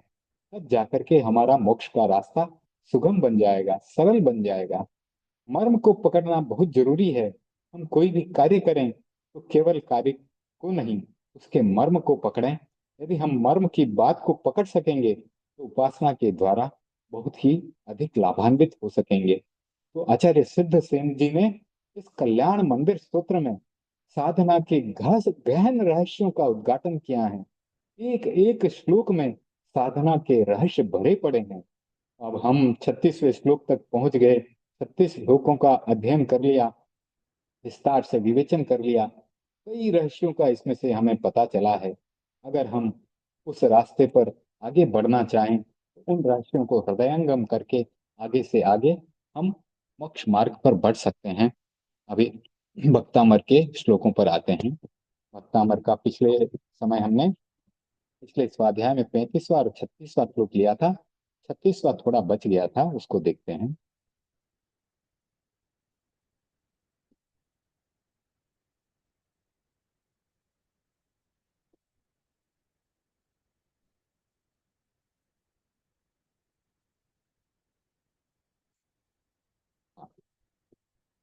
आपको बताया था कि श्वेतांबर परंपरा और दिगंबर परंपरा दोनों में थोड़ा सा अंतर है। दिगंबर परंपरा में 48 श्लोक माने जाते हैं। श्वेतांबर परंपरा यह मानती है कि 4 श्लोक जो है प्रक्षिप्त हो गए हैं और उनकी पूरी विधि उन्हें पता नहीं है, इसलिए श्वेतांबर परंपरा में 44 ही श्लोक लिए जाते हैं। लेकिन फिर भी पूरे 48 श्लोक हम करेंगे। और जो यहाँ पर विस्तार से विश्लेषण किया गया है वो हम पढ़ रहे थे। और ये श्लोक चल रहा था 36वां। श्वेतांबर परंपरा के अनुसार 36वां श्लोक ये था, कल्पांत काल अवनोधत वन्ही कल्पम दावानलम ज्वलितम उज्ज्वलम उत्स्फुलिंगम विश्वम जिगुत्सुमीव सम्मुखम आपतंतम नाम कीर्तन जलम संयत्य शीशम। यानी कि कल्पांत काल की हवा चल रही है और दावानल लगा हुआ है, भयंकर अग्नि लग रही है और वो पवन से द्वारा और भी उद्धत हो रही है। उसकी ज्वालाएं हवा के चलने के कारण और भी आगे बढ़ रही हैं, तेजी से उनकी ज्वालाएं हर तरफ फैल रही हैं। पूरे विश्व को जो निगल जाए इस प्रकार की अग्नि जली हुई है। लेकिन ऐसी अग्नि भी आपके नाम का कीर्तन करने से, आपके नाम के कीर्तन जल से सम्यक्य शेषम, यानी उसका भी शमन हम कर सकते हैं। तो बात चल रही थी कि जो हमारा नमुत्थुणम का स्तोत्र है, शक्र स्तुति है, उसमें भगवान को अभय दयानम कहा गया है, चक्षु दयानम कहा गया है। यानी भगवान का नाम अभय देने वाला है, चक्षु देने वाला है, और भटकाव की स्थिति में मग्ग दयानम, मार्ग देने वाला है। तो अपने आराध्य की स्तुति करें, सारा मार्ग मिल जाता है। किसी भी विपदा में है, किसी भी घड़ी में, संकट की घड़ी में है, अगर भगवान का स्मरण कर दिया तो मार्ग स्वतः ही निकल आएगा। तो भगवान के साथ तादात्म्य स्थापित कर लिया, मन में दुर्बलता होती है तो भगवान को, बाहुबली जी को याद कर लिया। जहाँ कष्ट सहिष्णुता का प्रश्न आता है तो वहाँ भगवान महावीर के साथ एकात्म को साध लिया। और सहिष्णुता के संदर्भ में भगवान महावीर आदर्श हैं, क्योंकि उन्होंने बहुत कष्टों का सहन किया है। उनके अनुरूप ध्येय, इष्ट अथवा आराध्य सामने प्रस्तुत कर लेते हैं। जिस गुण का हमें विकास करना है उसी के अनुरूप हमें ध्येय को साध लेना है, इष्ट को साध लेना है, उसी रूप में आराध्य को प्रस्तुत कर लेना है। तो उसके साथ तादात्म्य स्थापित कर लेना है, तो हम वैसे ही बन जाते हैं। इसलिए इस तथ्य में कोई संदेह नहीं कि भय का निवारण किया जा सकता है, अभय की चेतना का विकास किया जा सकता है। तो बहुत आवश्यक है अभय की चेतना का विकास करना, क्योंकि संसार में कई प्रकार के भय आते हैं। अभय की चेतना जागती है तो 70-80% दुख अपने आप कम हो जाता है। कहते हैं ना कि रोग या महामारी के कारण आदमी नहीं मरता, लेकिन भय के कारण आदमी मर जाता है। हमारे सामने उदाहरण है कोविड का। अभी कुछ ही सालों पहले कोविड हुआ था, और मैंने देखा कोविड के डर से ज्यादा लोग मर गए होंगे जो कि कोविड के असर से नहीं मरे। जो डर गया सो मर गया, ये कहावत भी आती है। तो अधिकांश दुख अपने आप अगर कम हो जाएगा, अगर हम डरेंगे नहीं तो। अधिकांश दुख तो कल्पना जनित होते हैं, वास्तविक होते ही नहीं है। आदमी अपनी कल्पना से भय बना लेता है और डरते रहता है। यदि वह अपने वास्तविक स्वरूप को पहचान ले तो समस्याएं विलीन हो जाएगी। हमारा वास्तविक स्वरूप क्या है, निश्चय नए से देखें तो हम शुद्ध आत्मा हैं। हमारी इस समय यह स्थिति इसलिए है कि हमारे साथ आठों कर्म जुड़े हुए हैं, लेकिन वास्तव में तो हम शुद्ध आत्मा हैं। और शुद्ध आत्मा में तो अनंत बल है, किसी से डरने की जरूरत ही क्या है। सिर्फ उस अनंत शक्ति को, उस अनंत बल को प्रकट करने की जरूरत है। और वह प्रकट कब होगी? साधना के द्वारा होगी। तो आगे बढ़ते हैं। एक राजा शिकार करने लगा, अंगरक्षकों के अश्व पीछे रह गए, जो उसके साथ सिपाही चल रहे थे वो घोड़े पीछे रह गए। राजा अकेला ही आगे निकल गया। कुछ दूरी पर उसको एक ग्वाला मिला, चरवाहा मिला। तो उस चरवाहे ने, ग्वाले ने कहा, देखा, अरे यह तो राजा है, अकेला कैसे है? तो उसने सोचा कि मुझे राजा की सहायता करनी चाहिए। ये सोच करके वह आगे बढ़ा। राजा ने चरवाहे को देखा, सोचा यह अवश्य ही कोई विरोधी गुट का आदमी है और मुझ पर आक्रमण करने आ रहा है। राजा ने आदमी को पहचाना नहीं, भय समा गया उसके भीतर।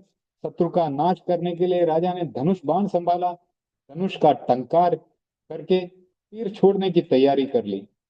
यह देख करके चरवाहे ने तीव्र स्वर में निवेदन किया, राजन, मैं आपका दुश्मन नहीं हूं, मैं आपका सेवक हूं। राजा तत्काल रुका, घोड़े से नीचे उतरा। चरवाहे ने राजा का अभिवादन किया। राजा ने कहा, अच्छा हुआ तुम बोल गए, अन्यथा मैं तो तुम्हें मार ही देता। चरवाहा बोला, कृपालु नरेश, आप में अनेक विशेषताएं हैं और आदमी की पहचान नहीं है। तब नरेश ने पूछा कि तुम क्या कहना चाहते हो? तो चरवाहा बोला, देखिए, मैं सैकड़ों घोड़ों को चरा रहा हूँ, इनमें से आपके घोड़े को तत्काल पहचान लेता हूँ। आप अपने भक्त और नौकर को नहीं पहचान पाए? आप तो इतनी प्रजा के मालिक हैं, मैं तो एक छोटा सा चरवाहा हूँ। और मेरे पास जितने भी घोड़े हैं उनके लक्षणों से मैं उनको पहचान लेता हूँ। आप इतने बड़े राज्य के मालिक हैं, इतनी जनता के, प्रजा के महाराजा हैं, लेकिन आप अपने भक्तों को नहीं पहचान पाए, आप अपने नौकर को नहीं पहचान पाए। आप यह भी नहीं पहचान सके कि ये आदमी मेरा है क्या किसी दूसरे शत्रु का है। राजा ये सुनकर के शर्मिंदा हो गया। तो यह समस्या केवल राजा की नहीं है, हर आदमी की है। तो हर आदमी बिना पहचान के ही भयग्रस्त हो जा रहा है। जिस प्रकार से राजा बिना सोचे समझे, बिना उस आदमी की परीक्षा किए भय से ग्रस्त हो गया और तीर और धनुष उठा लिया, उसी प्रकार से हम भी भय से ग्रस्त होकर के गलत कदम उठा लेते हैं। तो हर व्यक्ति अपने आप को नहीं पहचान पा रहा है और भय से ग्रस्त हो रहा है, वह अपने भीतर शक्तियों को पहचान नहीं पा रहा है। आदमी के भीतर ऐसी शक्तियां हैं। नेचुरोपैथी की बात करें, नेचुरोपैथी ये कहती है, प्राकृतिक चिकित्सा वाले ये कहते हैं कि आपका जो शरीर बनाया है वो ऐसा बनाया है कि उसके भीतर ही रोग प्रतिरोधक शक्ति है। आपके भीतर ही ऐसी शक्तियां हैं, ऐसे ऐसे स्राव होते हैं, हार्मोन्स के स्राव होते हैं कि आपको कहीं बाहर जाने की जरूरत नहीं है। कोई बीमारी हो गई, आप अपने भीतर ही ऐसे रसायन पैदा कर सकते हैं और उस बीमारी का शमन कर सकते हैं। हमारे पास कई कई उदाहरण हैं। मैं साध्वी पन्ना जी का उदाहरण आपको देना चाहूंगा। उनके कोई बड़ी गांठ हो गई और उस गांठ का ऑपरेशन करने के लिए डॉक्टरों ने कहा। तब साध्वी श्री पन्ना जी, जो कि बहुत बड़ी तपस्विनी साध्वी थी, दीर्घ तपस्विनी और दिव्य तपस्विनी से उनको आचार्यों ने संबोधित किया हुआ है, उन्होंने कहा कि मैं इस गांठ का ऑपरेशन नहीं कराऊंगी, मैं अपनी तपस्या से इसका इलाज करूंगी। और उन्होंने लंबी तपस्या पचक ली। लंबी तपस्या के बाद अब वो गांठ जो है अपने आप शरीर से निकल गई। तो हमारे भीतर शक्तियां हैं। हर व्यक्ति उस शक्ति को पहचान नहीं पाता है।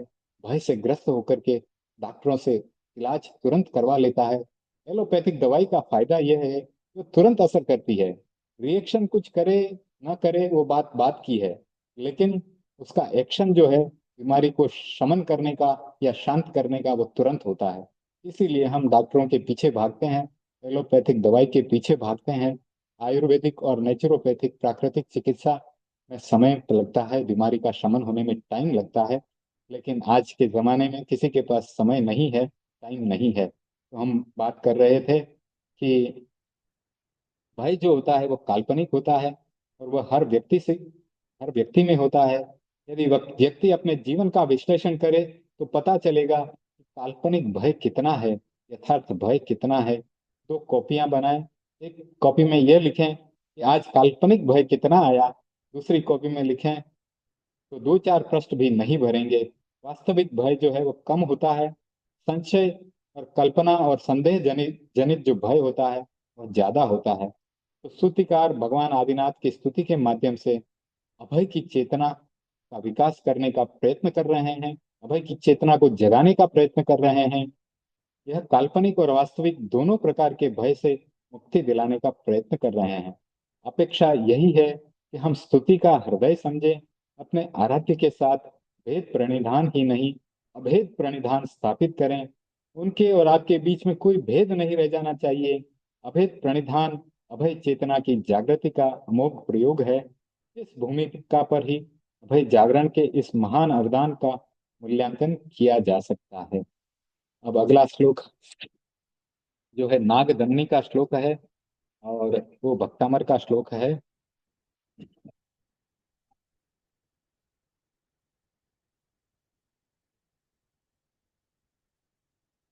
35वां श्लोक श्वेतांबर परंपरा के अनुसार, रक्ते क्षणं रक्ते क्षणं समद कोकिल कंठ नीलम क्रोधोद्धतम फणिन मुत्फणम मापतंतम आक्रामति क्रम युगेन निरस्त शंकस नाम नाग दमनी हृदयस्य पुंसः। तो यहाँ पर नाग के डर का, नाग के भय का कैसे निवारण करना है वह बताया गया है।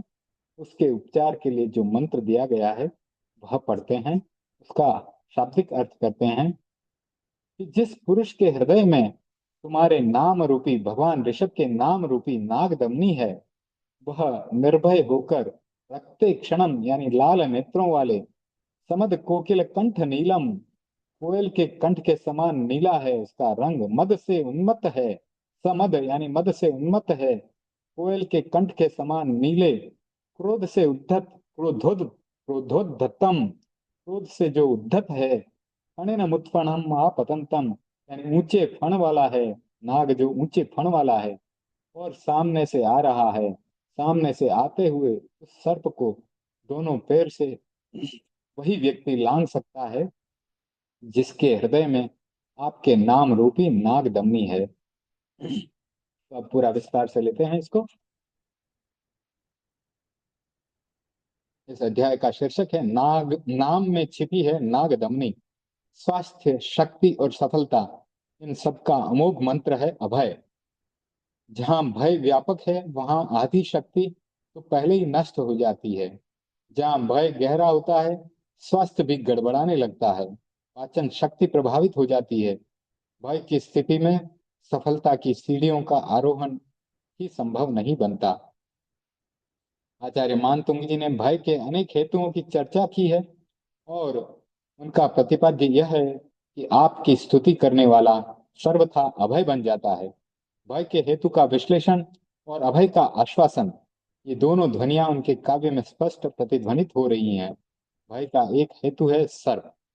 सांप को अगर देखेंगे तो डर लगेगा। सर्प अपने आप में है और आदमी अपने आप में है, परस्पर दुश्मनी नहीं है, फिर भी मनुष्य सर्प से बहुत डरता है। इसलिए डरता है कि सर्प के काटने से प्राण खतरे में पड़ जाते हैं।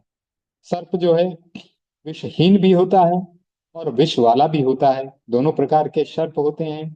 कोई कोई सर्प जो है विषैला नहीं होता है, कोई कोई सर्प इतना ज्यादा विषैला होता है कि वो फूंक भी मार दे तो भी हमारा शरीर में जहर चढ़ जाएगा, हमारा शरीर जहर के उसके जहर से जो है ग्रस्त हो जाएगा। तो वस्तुतः सब सांप जहरीले नहीं होते, कुछ ही सांप जहरीले होते हैं, किंतु पूरी जाति ही जहरीली मान ली गई। इसीलिए व्यक्ति सर्प के नाम से ही डरने लग जाता है। सामान्यतः सांप काटता भी नहीं है। वह तब काटेगा जब उसके ऊपर कोई पैर रख दे या उससे कोई छेड़छाड़ करे। एक बहुत प्रसिद्ध घटना है। तेरा पंथ के सातवें आचार्य पूज्य दालगणी से किसी ने प्रार्थना की, गुरुदेव कृपा कर हमारा ध्यान रखना। दालगणी जी ने कहा, भाई तुम भी सावधान रहना, हम बिना गलती किसी को भी उलाहना नहीं देते। ओलंबा कहते हैं राजस्थानी भाषा में, ओलंबा देना। तो हम किसी को उलाहना नहीं देते, दंड या प्रायश्चित भी नहीं देते, किंतु सांप की पूंछ पर अगर कोई पैर रख दे तो वैसी गलती तुम भी मत करना। तो राजस्थानी की प्रचलित उक्ति है, गोगासा काटना मत। गोगासा किसे कहा गया? सर्प देव को कहा गया। गोगा यानी सर्प, और गोगासा यानी सम्मान सूचक देव। उसको शाब्दिक अर्थ उसका सम्मान सूचक बनाने के लिए सा को पीछे लगाया गया। गोगासा यानी सर्प देव, काटना मत। इस प्रार्थना का उत्तर इस स्वर में दिया जाता है कि भाई तुम भी पूंछ पर पैर मत रख देना। आचार्य मान तुंग जी ने इस तथ्य को स्वाभाविक अभिव्यक्ति दी है। सांप के हाथ लगाओ तो वह क्रोध में नहीं आता, उसके पैर लगाओ वह एकदम ही क्रोध में आ जाएगा। पद प्रहार यानी पैर के प्रहार को वह भी सहन नहीं करता।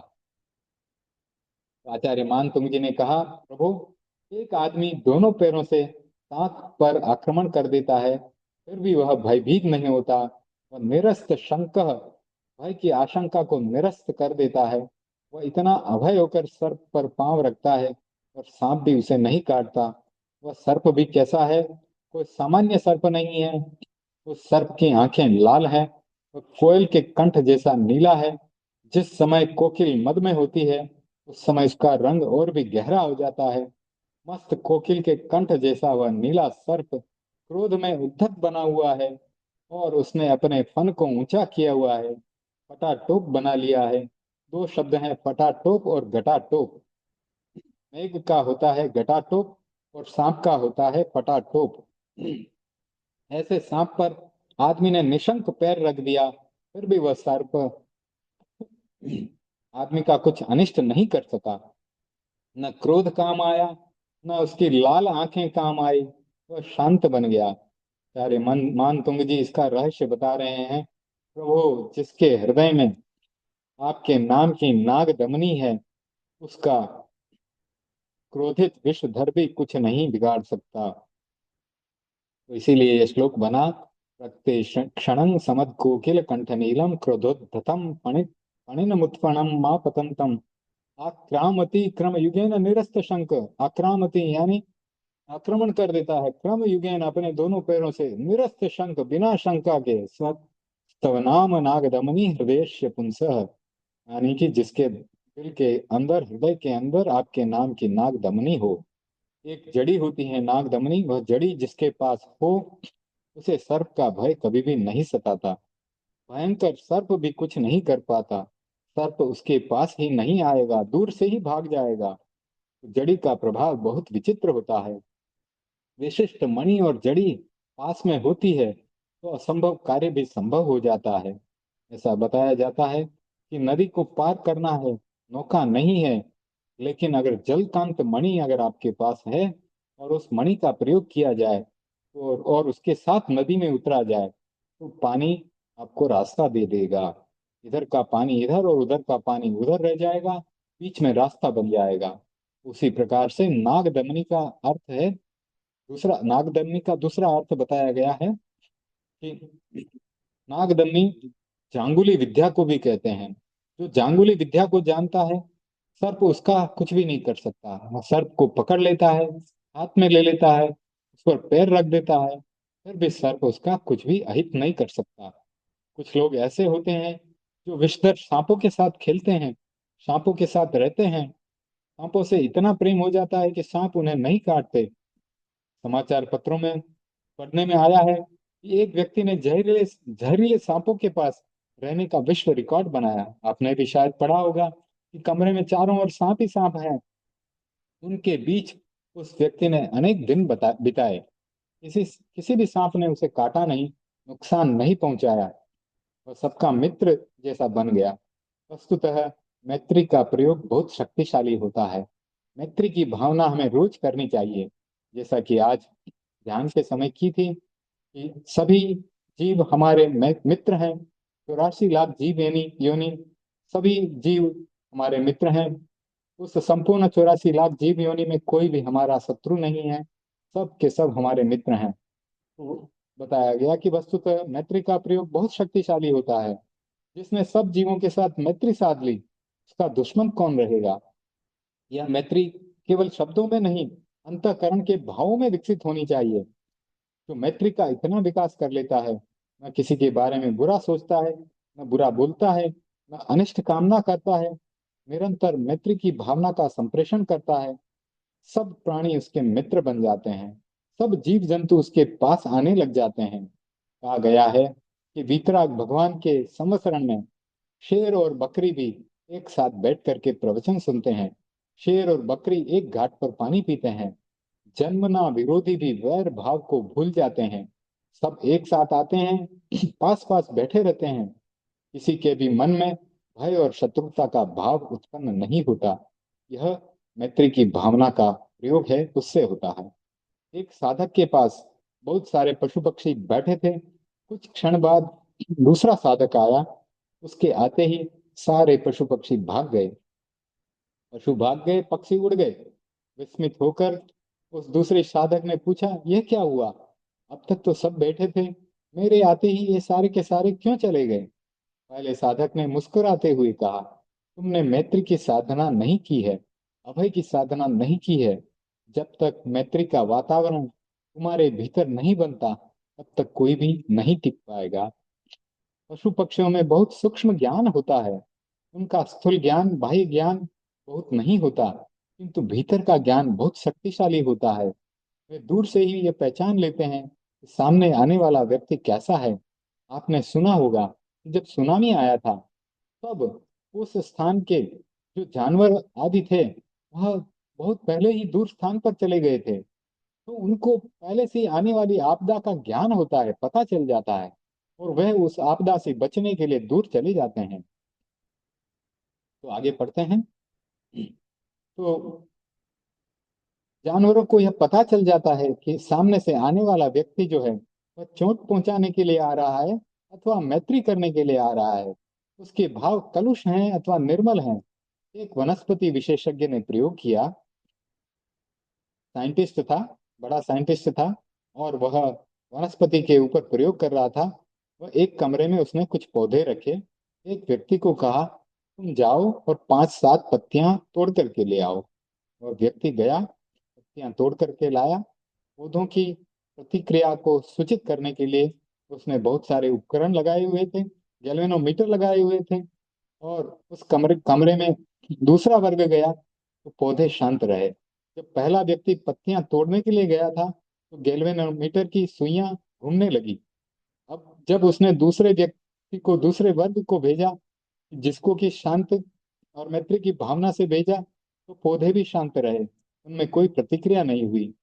और मीटर में भी कोई प्रतिक्रिया व्यक्त नहीं की गई। तो इस बार 5 व्यक्ति गए, उनमें एक व्यक्ति वह था जिसने पत्तियां तोड़ी थी। तो कमरे में प्रवेश करते ही पौधों ने प्रतिक्रिया शुरू कर दी। गैल्वेनोमीटर की सुइयां घूमने लगी। दुश्मन के आगमन की आहट पाते ही पौधे कांप उठे। तो जहाँ मैत्री की साधना होती है वहां भय नहीं होता। मैत्री की भावना के साथ हम किसी भी पशु पक्षी के पास जाते हैं तो वह हमें नुकसान नहीं पहुंचाता, क्योंकि वहां शत्रुता नहीं है। इसके मैत्री सिद्ध हो जाती है, वह सर्प से, सिंह से अथवा किसी भी प्राणी से भयभीत नहीं होता। जहाँ मैत्री सिद्ध नहीं होती है, जहाँ मैत्री सिद्ध होती है वहाँ अभय घटित हो जाता है। महर्षि पतंजलि ने कहा था कि जहाँ अहिंसा सिद्ध होती है वहाँ वैर का त्याग हो जाता है। आपको पता होगा, महर्षि पतंजलि योग विद्या के बड़े जानकार ऋषि थे। उन्होंने यम नियम आदि कई प्रकार के नियम अपने अष्टांग योग में और अपने ग्रंथों में लिखे हैं। उनके 5 यम जो हैं हमारे 5 महाव्रत से एकदम मिलते जा जुलते हैं, हूबहू मिलते हैं। तो महर्षि पतंजलि ने भी कहा कि जहाँ अहिंसा सिद्ध हो जाती है वहाँ वैर का त्याग हो जाता है। समस्या यह है कि हम अहिंसा और मैत्री का संकल्प करते हैं किंतु उसे साधते नहीं हैं। जब तक संकल्प संकल्प बना रहेगा, सिद्धि को प्राप्त नहीं होगा, तब तक अहिंसा और मैत्री का अवतरण नहीं होगा, वैर विरोध का शमन नहीं होगा। तो यह जरूरी है कि संकल्प सिद्धि का वरण करें। अनाज भी तब तक कच्चा रहता है जब तक कि उसे पकाया नहीं जाता। केवल मिट्टी अथवा धातु के पात्र में रख देने से अनाज नहीं पकता। वह तब पकता है जब उसे आंच दी जाती है। जैसे जैसे आंच उस अन्न तक पहुंचती है, कच्चा अनाज पक जाता है, खाने योग्य बन जाता है। पकाने के लिए, सिद्धि के लिए आवश्यक है कि मैत्री के संकल्प को अनुप्रेक्षा की आंच मिले। आज ध्यान के अंतिम भाग में हमने अनुप्रेक्षा का प्रयोग किया था। अनुप्रेक्षा का अर्थ है जो भावना हम कर रहे हैं उसे बार बार दोहराना, मन मन के भीतर उसी भावना को बार बार दोहराते रहना। आपको पता ही होगा, राजा भरत को मोक्ष कैसे प्राप्त हुआ। वे अपने शीश महल में बैठे थे और उन्होंने अनित्य अनुप्रेक्षा की। उन्होंने अपने अंगुली की अंगूठी को देखा और देखा कि अंगुली में जो अंगूठी अगर पहने हुए हैं तो वह सुंदर दिख रही है। उसी अंगूठी को निकाल करके रख दिया जाए तो अंगुली इतनी सुंदर नहीं लगती। और यह संयोग और वियोग की प्रक्रिया उनके समझ में आई। तो उनको समझ में आया कि सारा संसार ही अनित्य है, सब संयोगों और वियोगों से भरा हुआ है। और उस अनित्य का चिंतन करते करते उनकी भावधारा इतनी ऊंची चली गई कि वो उनको केवल ज्ञान हो गया। तो अनुप्रेक्षा की आंच में सम्यक पककर ही मैत्री का संकल्प सिद्धि को उपलब्ध हो सकता है। तो हमारा ग्रुप है, उसमें हर दिन अच्छी अच्छी भावनाओं को भेजा जाता है। उसको एक बार तो पढ़ ही लेना चाहिए। उसमें यह मैत्री का संकल्प भी है। हमें सब जीवे सब्बे जीवा खमन तुम्हें मैत्री में सब भूएसु वे रंग मज्जन के नहीं। इसका अर्थ यही है, हमारा जो सभी जीवों से हमारी मित्रता मित्रता है, कोई भी हमारा शत्रु नहीं है। हमें भी सब जीवे, मैं सभी जीवों से क्षमा याचना करता हूँ और सभी जीवों को क्षमा क्षमा करता हूँ। मेरी कोई गलती हो तो वे मुझे क्षमा करें और उनकी गलतियों को मैं क्षमा करता हूँ। तो इस प्रकार से इस श्लोक में सभी जीवों से क्षमा करके, उनको क्षमा करके, स्वयं क्षमा याचना मांग करके फिर उन सबको ये भावना की जा रही है उन सबके प्रति कि वे सब मेरे मित्र हैं, कोई भी मेरा शत्रु नहीं है। तो इस भावना को बार बार दोहराने से ही ये भावना जो है सिद्ध होगी, मैत्री का संकल्प तभी सिद्ध हो पाएगा। तो नागदमनी का एक अर्थ हो सकता है मैत्री की साधना, राग द्वेष को कम करना, उपशांत अथवा क्षीण करना। जिसका राग द्वेष क्षीण हो जाता है उसमें अपने आप सब प्राणियों के साथ मैत्री का भाव जाग जाता है। अभय और अहिंसा की प्रतिष्ठा हो जाती है। कोई व्यक्ति उसका शत्रु नहीं होता, आक्रांता नहीं होता। चारों ओर मैत्री का भाव विकस्वर हो जाता है। भय और शत्रुता का भाव विलीन हो जाता है। ऐसी स्थिति में भयंकर विषधर मैत्री की धारा से अभिस्नात हो जाता है। मैत्री की धारा में वह भी स्नान करने लग जाता है। तो भय का एक हेतु है युद्ध। अब ये अगले श्लोक के बारे में आ रहा है, तो इस अगले श्लोक का आज हम नहीं लेंगे क्योंकि समय आज का पूरा होने जा रहा है। तो इस श्लोक के बारे में कोई प्रश्न हो, या आज का जो भी विवेचन था उसके बारे में कोई प्रश्न हो तो आप पूछ सकते हैं। अगला जो श्लोक है, वल्ग तुरंग गज गर्जित भीमनाद माजो बलम बलवताम पि भूपति नाम उद्यत दिवाकर मयूख शिखाप विद्धम त्वत्कीर्तनात् तम इवाशु विधाम उपैति। तो इसमें युद्ध के भय के बारे में है वर्णन, उसको अगले स्वाध्याय में ले लेंगे, अगले रविवार को। तो अगर कोई प्रश्न नहीं है तो मांगलिक करेंगे। परम पूज्य गुरुदेव की आज्ञा से सुनिए मंगल पाठ। ओम ह्रीं नमो अरहंताणं। ओम ह्रीं नमो सिद्धाणं। ओम ह्रीं नमो आयर्या। ओम ह्रीं नमो वच्छाय। ओम ह्रीं नमो लोहे सत्वसाहूणम्। एसो पंचनमुक्कारो सव्वपावपणासनो मंगलानं च सब्बेशं परमं हवै मंगलम। परमं हवै मंगलम।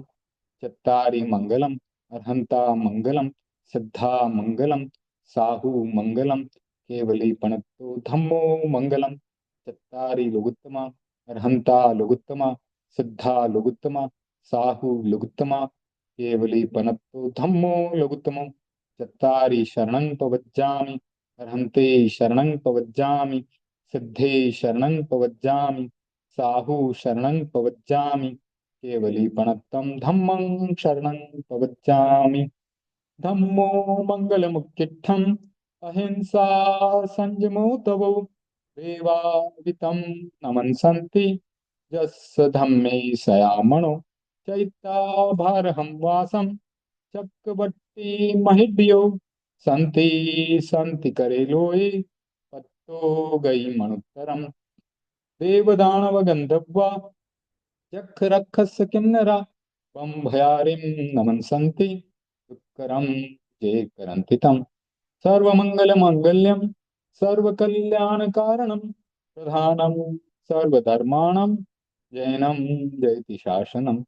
मङ्गलं भगवान् वीरो मङ्गलं गौतमो गणे मङ्गलं स्थूलिभद्राध्या जैन धर्मोऽस्तु मङ्गलम्।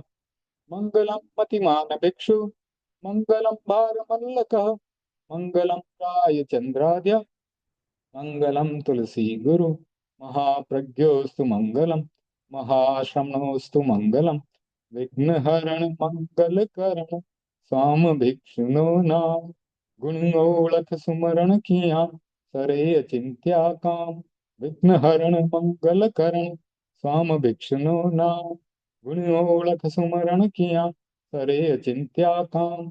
विघ्नहरण मंगलकरण स्वाम भिक्षुनो नाम गुणोलख सुमरण किया सरे अचिंत्या काम। सरे अचिंत्या काम, सरे चिंत्या काम। अंगूठे अमृत बसे लब्ध तना भंडार। श्री गुरु गौतम सुमरिये मन वांछित फल दातार। मन वांछित फल दातार। कोसगहरम पासम पासम वंदामि कम्म गण मुक्तम विषहर विष निन्नासम मंगल कल्याण आवासम। विषहर पुल्लिंग मंतम कंठे धारई जे श्यामणुओ तस् गह रोग मारी विट्ठ जरा जंति उसामम। चिट्ठउ दूरे मंतो तुझ प्रणामो भी बहुफलो होई नर तिरियेसु विजीवा पावंति न दुख दोहकम। तुह सम्मत्ते लब्धे चिंतामणि कप्पपाय बब्बहिये पावंति अभिज्ञानम जीवा आयरामरम ठाणम।